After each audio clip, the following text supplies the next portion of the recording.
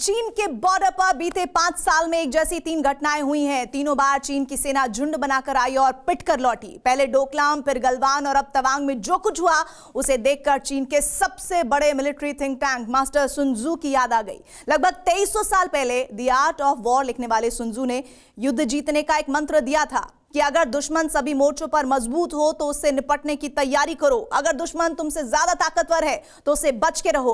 अगर दुश्मन गुस्सैल है तो उसका गुस्सा भड़काने वाली हरकतें करो और उसके सामने खुद को कमजोर दिखाओ ताकि वो अहंकार में चूर हो जाए।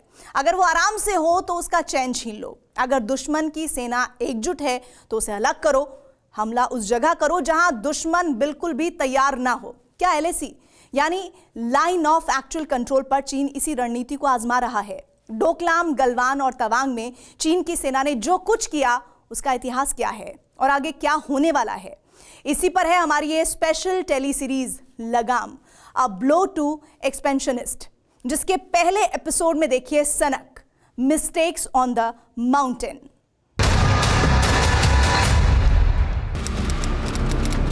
19 नवंबर 2022 चीन सीमा से 100 किलोमीटर दूर औली, उत्तराखंड।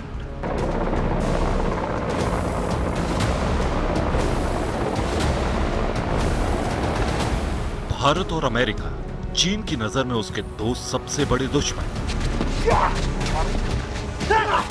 जिनकी सेनाओं का साझा युद्धाभ्यास LAC पर शुरू हुआ तो लगभग उसी दौरान दुनिया के कई बड़े थिंक टैंक ये चेतावनी दे रहे थे कि चीन का अगला निशाना भारत हो सकता है। ताइवान या जापान के सेनकाकू आइलैंड पर कब्जा करने के बजाय चीन की सेना भारत के साथ टकरा सकती है ताकि अमेरिका से सीधे भिड़ंत भी ना हो और अमेरिका को चीन की बढ़ती ताकत का संदेश भी दे दिया जाए।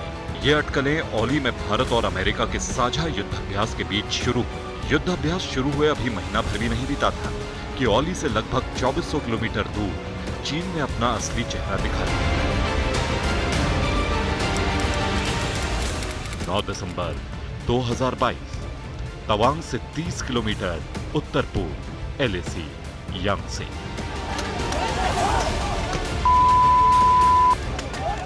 भारतीय सेना ने बहादुरी से PLA को हमारी टेरिटरी में अतिक्रमण करने से रोका और उन्हें उनकी पोस्ट पर वापस जाने के लिए मजबूर कर दिया। अध्यक्ष महोदय,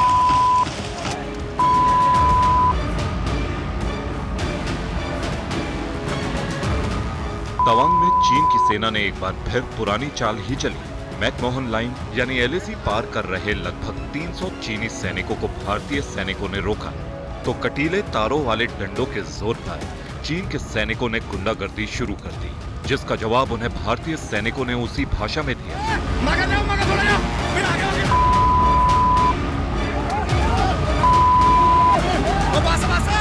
चीन के सैनिक पिटकर वापस तो लौट गए, लेकिन 3488 किलोमीटर लंबी भारत चीन सीमा पर यह सवाल अब भी गूंज रहा है कि चीन बार बार एक जैसी हरकत क्यों कर रहा है।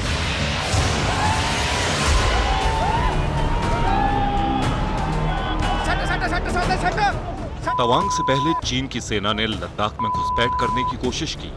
वहां भी गोलियां तो नहीं चली, लेकिन डंडों और लात घूसों की लड़ाई में जबरदस्त खून खराबा हुआ था। लद्दाख से पहले चीन की सेना ने भारत, भूटान और तिब्बत के ट्राई जंक्शन पर डोकलाम में भी ऐसी ही दादागिरी दिखाने की कोशिश की थी।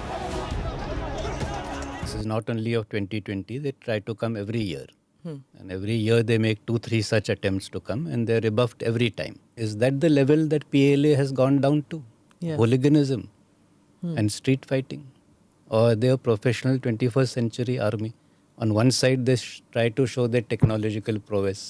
On the other side they're coming with barbed wire clubs. It is ridiculous.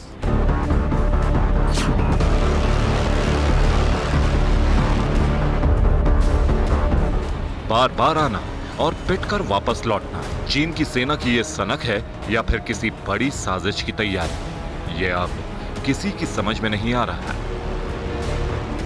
See, China has always been trying this salami slicing on Indian borders, right from Ladakh to Arunachal Pradesh.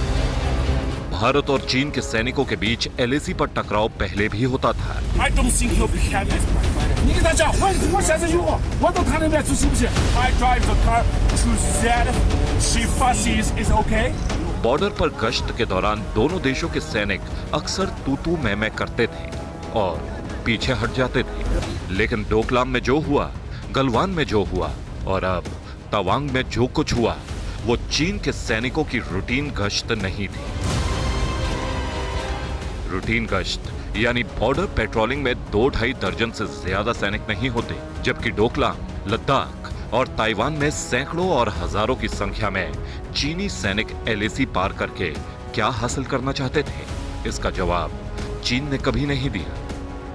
India is very true to its words, so they continue doing it as per the SOPs laid down.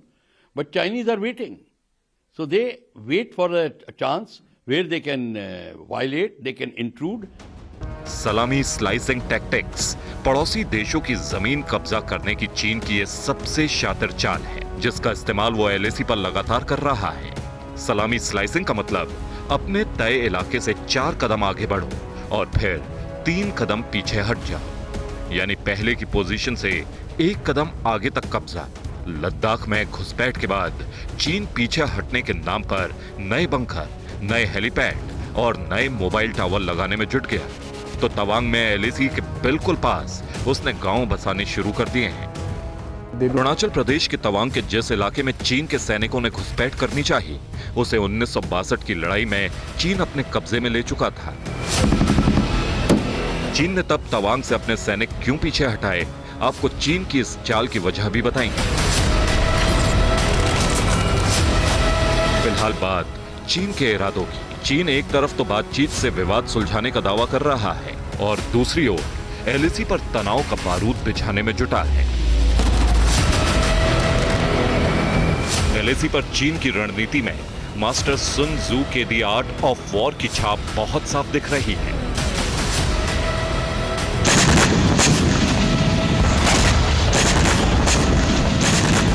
यह ज्ञान चीन को सुन जू की किताब से ही मिला कि दुश्मन को हमेशा कंफ्यूज्ड करके रखो ताकि वो तुम्हारे असली इरादों को समझ ना सके।